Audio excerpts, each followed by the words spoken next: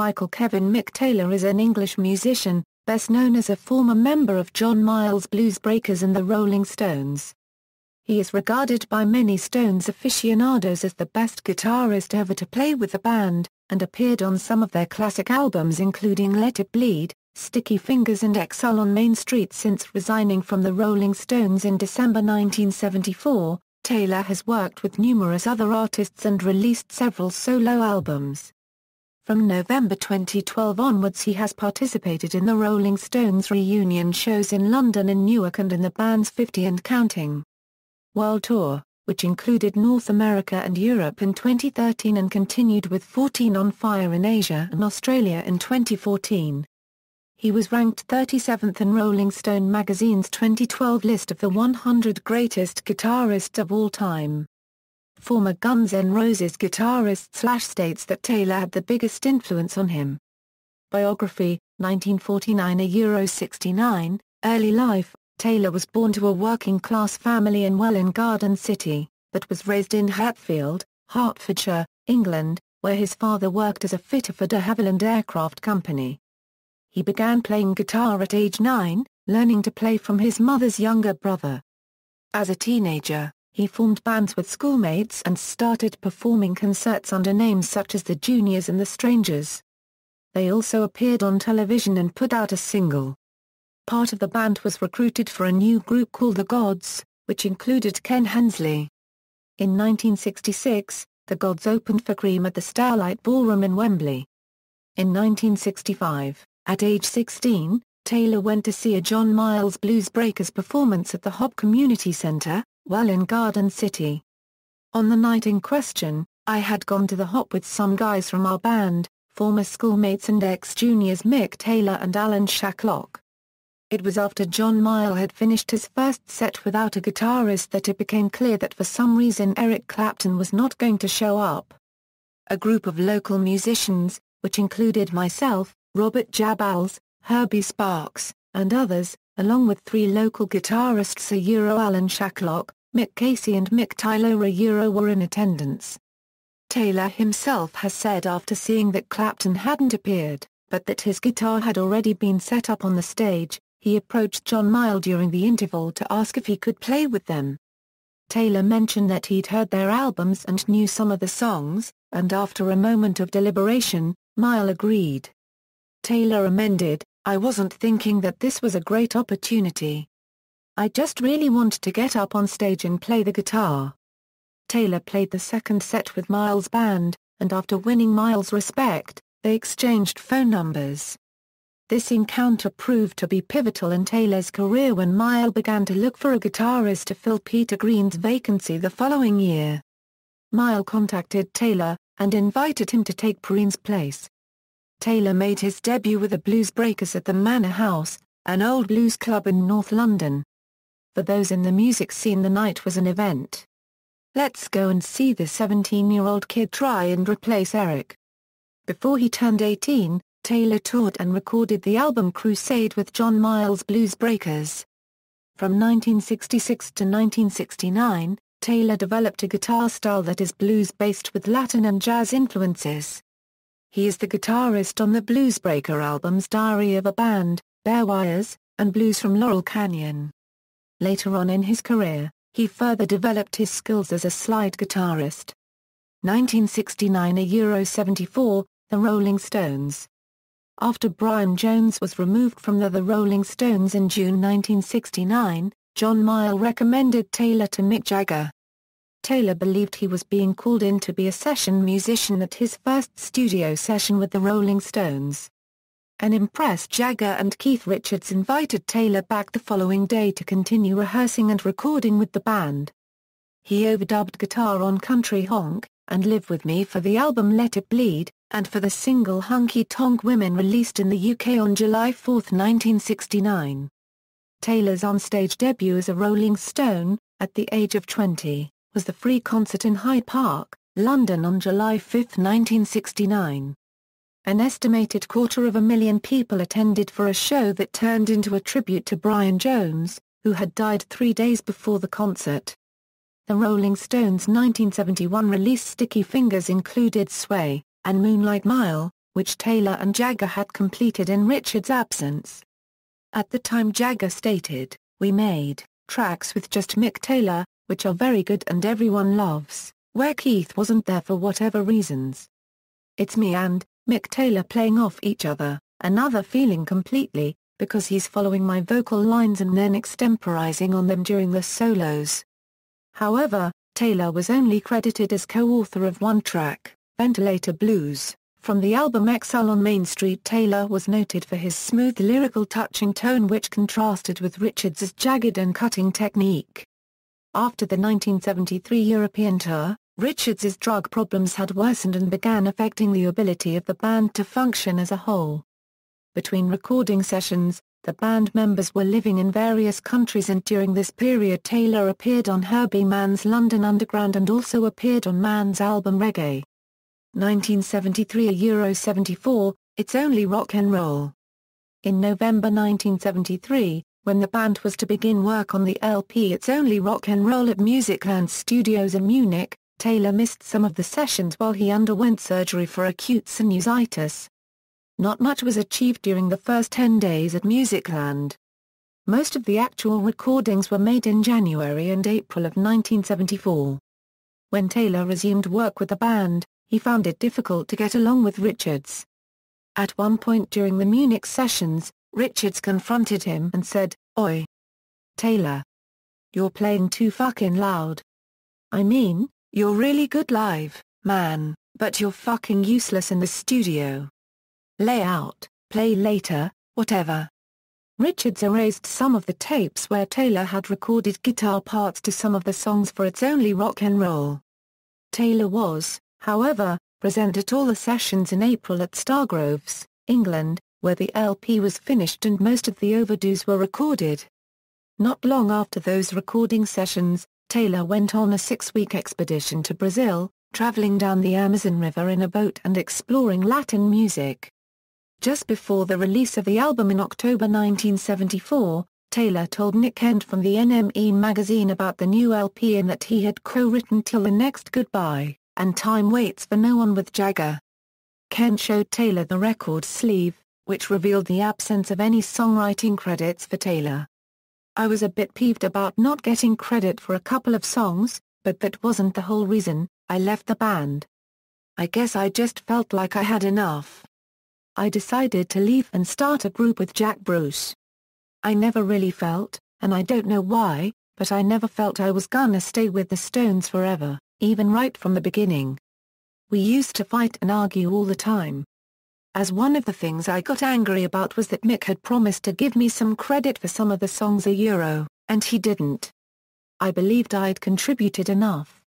Let's put it this way, without my contribution those songs would not have existed.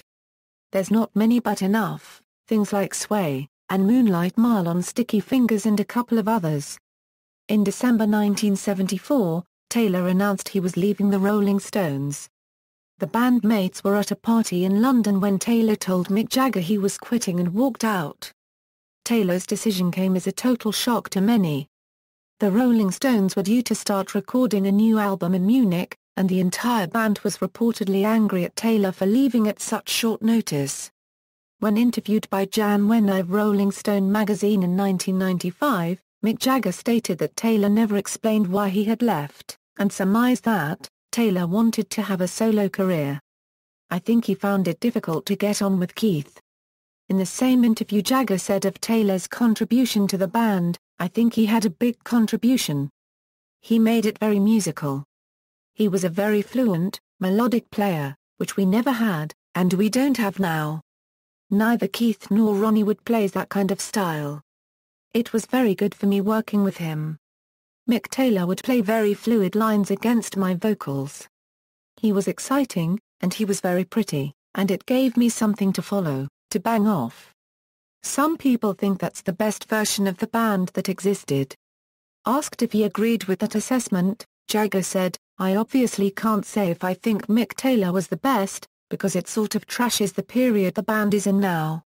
Charlie Watts stated, "I think we chose the right man for the job at that time just as Ronnie was the right man for the job later on. I still think Mick is great. I haven't heard or seen him play in a few years. But certainly what came out of playing with him are musically some of the best things we've ever done." Another statement, made by Keith Richards, is, "Mick Taylor is a great guitarist, but he found out the hard way that that's all he is." Taylor later admitted in the 2012 documentary Crossfire Hurricane that he had become addicted to heroin and hoped to protect his family from the drug culture surrounding the band by leaving. In an essay about the Rolling Stones, printed after Taylor's resignation, music critic Robert Palmer of the New York Times wrote that Taylor is the most accomplished technician who ever served as a Stone.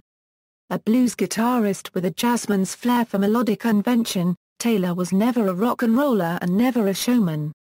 Taylor has worked with his former bandmates on various occasions since leaving the Rolling Stones.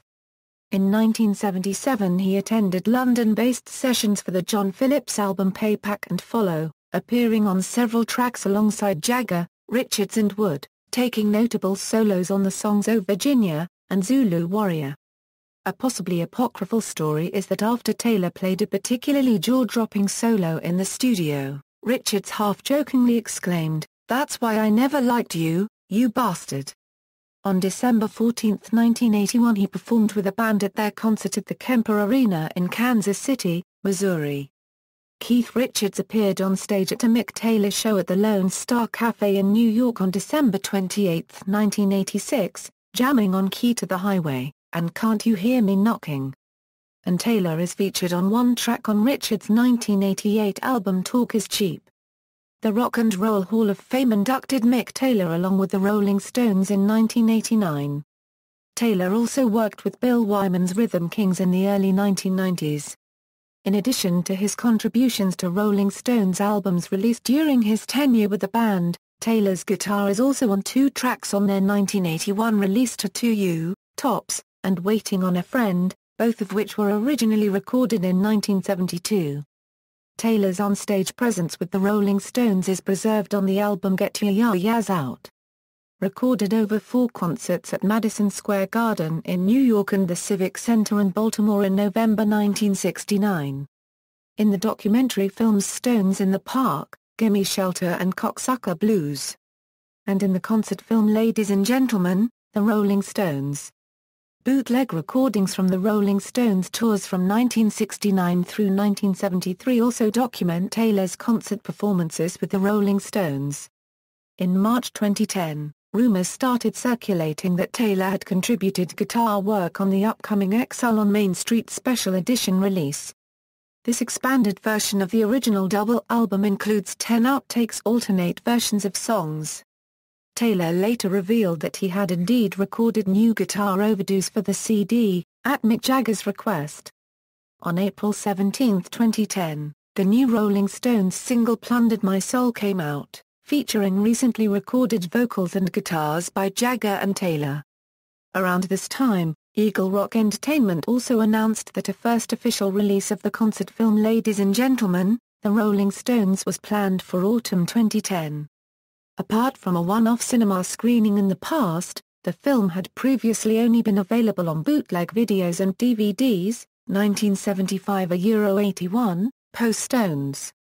Taylor worked on various side projects during his tenure with the Rolling Stones. In June 1973, he joined Mike Oldfield on stage at the Queen Elizabeth Hall in a performance of Oldfield's Tubular Bells. Taylor was asked to take part in this project by Richard Branson as he felt Oldfield was unknown, having just been signed to Branson's fledgling label, Virgin Records. Taylor joined Oldfield once more for a BBC television broadcast in November 1973. After his resignation from the Rolling Stones, Jack Bruce invited him to form a new band with keyboardist Carla Bley and drummer Bruce Gary.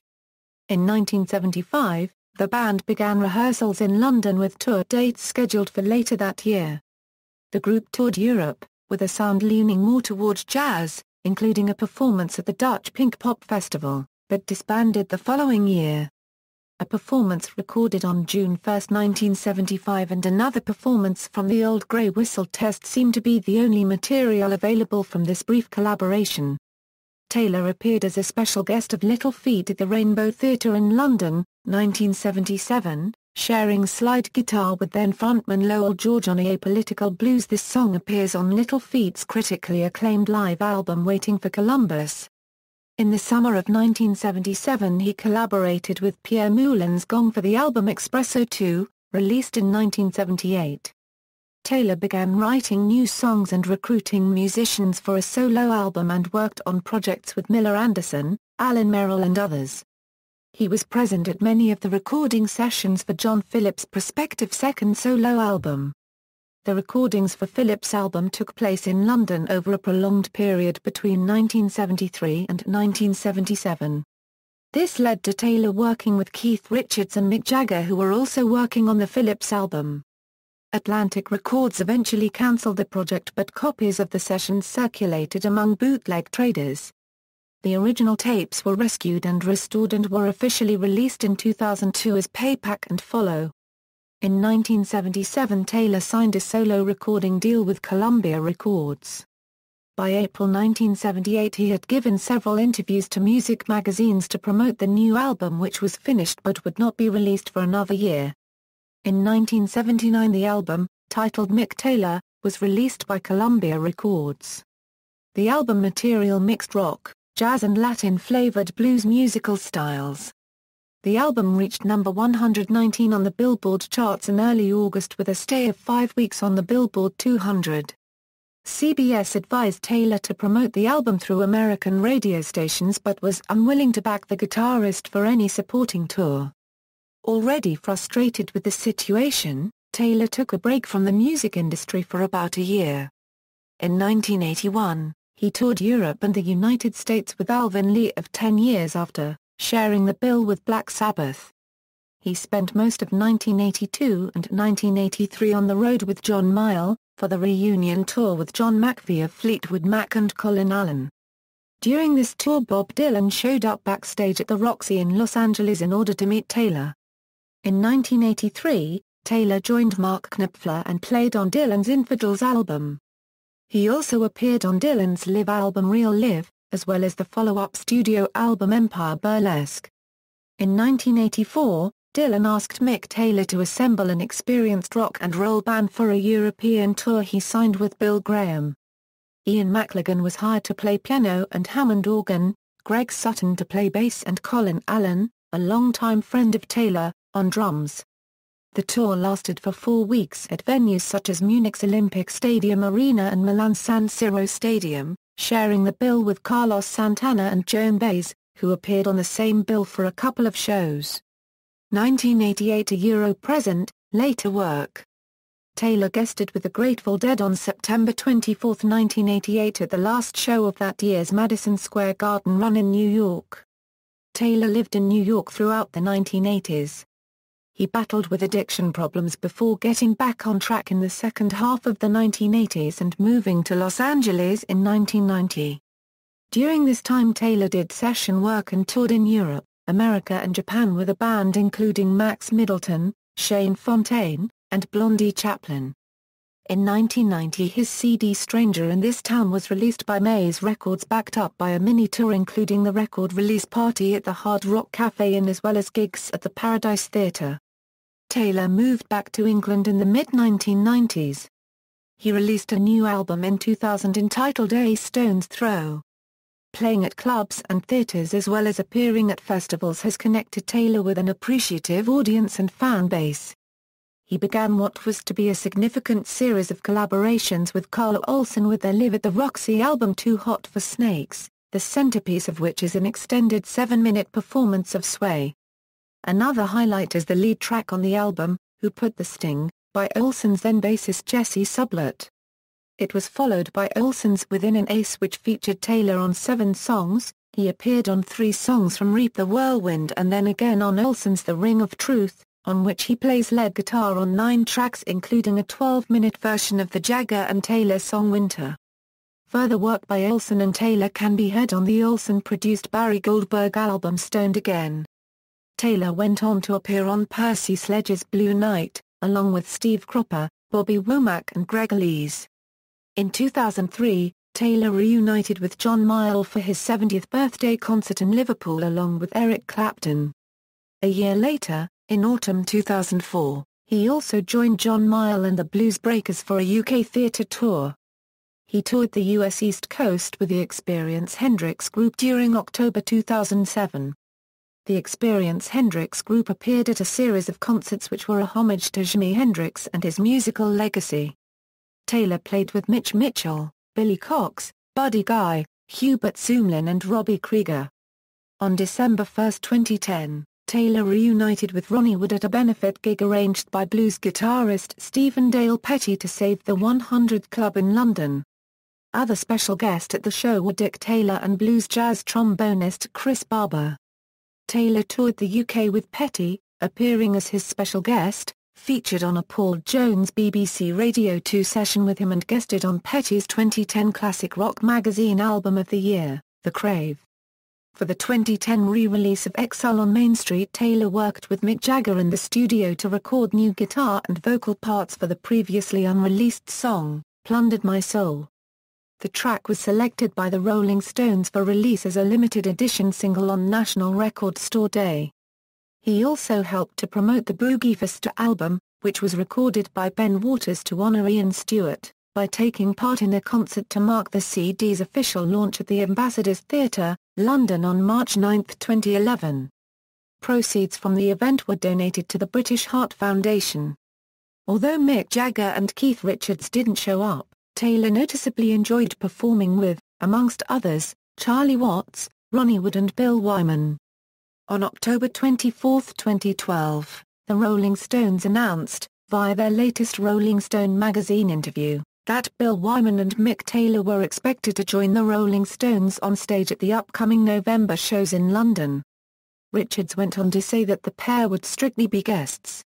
At the two London shows on November 25 and 29, Taylor played on Midnight Rambler. On the April 8, 2013 episode of Late Night with Jimmy Fallon, Keith Richards stated that Taylor would be performing with the Stones for their upcoming 2013 tour dates. During the Stones' 50 and Counting North American tour, Mick Taylor performed at every single show, including sitting in on 4 songs at the Staples Center in Los Angeles. On June 29, 2013, Taylor joined the band on stage for several songs during their headline set at the Glastonbury Festival. Personal life: Taylor has been married twice and has 2 daughters. Chloe is a daughter by his first wife Rose Miller. Taylor married Rose in 1975 after leaving the Stones, but the relationship was reportedly on the rocks before long and resulted in divorce only a few years later. His second daughter Emma was born from a short relationship with an American woman, who sang backing vocals with Taylor's band on one occasion. Taylor currently resides in Suffolk. Awards: inducted into the Rock and Roll Hall of Fame, Taylor's handprints have been on Hollywood's Rock Walk since September 6, 1998. Taylor was ranked in 37th place by Rolling Stone magazine in its 2012 list of the 100 greatest guitarists of all time. Discography: with John Mayall's Bluesbreakers, Crusade, Diary of a Band Volume 1 and 2, Bare Wires, Blues from Laurel Canyon, Primal Solos, Back to the Roots, Return of the Bluesbreakers, the 1982 reunion concert with John Mayall, Mick Taylor, Colin Allen and John McVie, Wake Up Call, Silver Tones, The Best of John Mayall and the Bluesbreakers, Along for the Ride, Rolling with the Blues, selection of live recordings 72-82, essentially John Mayall 5-CD box set, with the Rolling Stones, Through the Past, Darkly. Taylor plays on Honky Tonk Women, Let It Bleed. Taylor plays on Country Honk and Live With Me, Get Your Ya-Ya's Out. Sticky Fingers, Hot Rocks, 1964-1971, Exile on Main Street, Goat's Head Soup, It's Only Rock and Roll, Made in the Shade, Metamorphosis. Taylor plays on I Don't Know Why, and Jiving Sister Fanny. Sucking in the 70s, To You, Taylor plays on Tops, and Waiting on a Friend, both tracks recorded in 1972 during the Goat's Head Soup sessions. Rewind, Singles Collection, The London Years. Jump Back, The Best of the Rolling Stones, 40 Licks, Rarities 1971-2003, Taylor plays on Let It Rock, and the 1974 B-side Through the Lonely Nights. Brussels Affair 1973 live performance, GRRR. Non-Rolling Stones work with Rolling Stones members, pay, pack and follow, from 1973 to 1979 recording sessions in London also known as Half Stone Sessions, produced by Mick Jagger and Keith Richards. I've got my own album to do, Now Look, Gimme Some Neck, Talk Is Cheap, with Jack Bruce, Live on the Old Grey Whistle Test. Tracks from several whistle test shows recorded between 75 and 81. 7 of the songs feature Taylor on guitar. Live at the Manchester Free Trade Hall, with Bob Dylan, Infidels, Real Live, Empire Burlesque, The Bootleg Series Volumes 1 Euro 3 1961 Euro 1991, with Carl Olsen, Too Hot for Snakes. Mick plays on all tracks and the album includes 2 Mick Taylor compositions, Broken Hands, and Hartley Quits, Within an Ace, Reap the Whirlwind, The Ring of Truth, with Sasha Grakanin, Shadow Man, Solo Discography, Studio Albums, Mick Taylor US No. 119, 5 WKS on Top 200, A Stone's Throw, Live Albums, Stranger in This Town, Arthur's Club Geneve 1995, Coastin' Home also known as Live at the 14 Below reissued 2002, 14 Below, with Carl Olsen, Too Hot for Snakes, Within an Ace, Reap the Whirlwind, Special, The Best of Carl Olsen. The Ring of Truth Mick is on 9 of the 12 songs. Too Hot for Snakes plus 2 CD set of the Roxy album plus You Gotta Move, and a second disc of 13 studio tracks 1993 to 2004 including a previously unreleased version of Winter, and Think I'm Goin' Mad from the Carla-produced Barry Goldberg album Stoned Again. Too Hot for Snakes and The Ring of Truth was released by Fuel/Universal autumn of 2012 as a 2 CD set with 3 bonus tracks including 2 previously unreleased songs from the Roxy Theatre. Other session work, Tubular Bells premiere Mike Oldfield Queen Elizabeth Hall, Tubular Bells telecast Tubular Bells Part 1 and Tubular Bells Part 2. Recorded at BBC Broadcasting House November 1973 and aired in early 74 on June 74. Available on Oldfield's Elements DVD. The Tin Man Was a Dreamer, London Underground, Live European Tour Billy Preston. Recorded with Stones Mobile Studio during the 73 tour. Preston opened up for the band with Mick Taylor on guitar, released on CD, Have Blues Will Travel, Reggae 2, Just a Story from America, Waiting for Columbus double CD released 2002, Espresso 2, Downwind lead guitar on What You Know, Alan Merrill's solo album recorded in London in 1977, vinyl, Burnin' Blues, Pedro Rodanti, Once in a Blue Moon, Cartwheels, HON Memphis, Let's Get Stoned, Crawfish and Caviar, Blue Night, Mick and I Mookie and Mick Taylor, From Clarksdale to Heaven John Lee Hooker tribute album.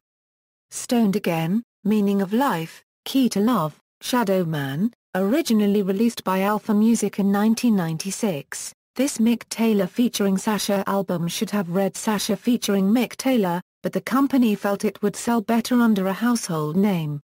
It features Mick Taylor on guitar, but is basically a Sasha Grakanin album. Treasure Island, Untils, Chicago Blues, Music DVDs, Blues Alive video, recorded at Capitol Theatre, New Jersey, 1982, Jamming with the Blues Greats, DVD release from the 1983 video, featuring John Mayall's Bluesbreakers and special guest Albert King, Etta James, Buddy Guy, Junior Wells and Sippy Wallace. The Stones in the Park concert video, released on DVD, Gimme Shelter music documentary film by Albert and David Maysles, shot at the Rolling Stones concerts at Madison Square Garden, New York on 27/November 28 and Altamont, California on December 6, December 1969. Restored and released on DVD, John Mayall, The Godfather of British Blues documentary about John Mayall's life and career, 70th birthday concert. Bluesbreakers charity concert filmed in Liverpool, July 2003. John Mayall and the Bluesbreakers with special guests Chris Barber, Eric Clapton and Mick Taylor. Stones in Exile 2010, Ladies and Gentlemen The Rolling Stones 2010, Music DVDs, Unofficial, Cocksucker Blues, Filmography, The Man Who Fell to Earth directed by Nicholas Roeg, contributed to soundtrack. Played guitar on various songs, including Hello Mary Lou after developing ideas for soundtrack with John Phillips. The Last of the Finest directed by John Mackenzie. Assisted composer Jack Nitz with the Move score, Bad City Blues directed by Michael Stevens. After the Book by Tim Willocks. Music composers, Mick Taylor and Max Middleton. Guitar history. Throughout his career, Taylor has used various guitars, but is mostly associated with the Gibson Les Paul. His first Les Paul was bought when he was still playing with the Gods. He acquired his second Les Paul in 1967, not long after joining the Bluesbreakers. Taylor came to Olympic Studios to buy a Les Paul that Keith Richards wanted to sell. On the 72/73 tours, Taylor used a couple of Sunburst Les Paul guitars without a Bigsby. Other guitars include a Gibson ES-355 for the recording of Sticky Fingers and Exile on Main Street, a Gibson SG on the 1969, 1970 and 1971 tours, and occasionally a Fender Stratocaster and a Fender Telecaster. References. External links, Mick Taylor's official website, micktaylor.net, interview with Gary James from classicbands.com, interview with Jazzed magazine. October 2007, Rolling Stone magazine article about Exile on Main Street, UK Daily Mail article about Mick Taylor. January 2007, UK Daily Mail interview with Mick Taylor 2009.